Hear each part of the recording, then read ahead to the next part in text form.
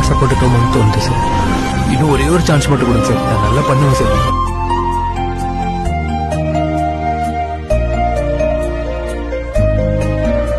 Next.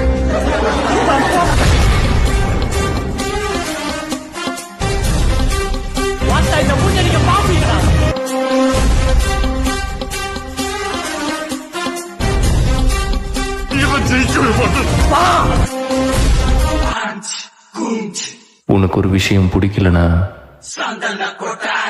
அதை மாத்த try பண்ண. அதை மாத்த முடியலனா அப்ப மாத்த வேண்டியது உன் ஆட்டிடியூட தான். நீ திரும்பி ஆடுறது தெரிஞ்ச கூட்டம் அல்லுமே.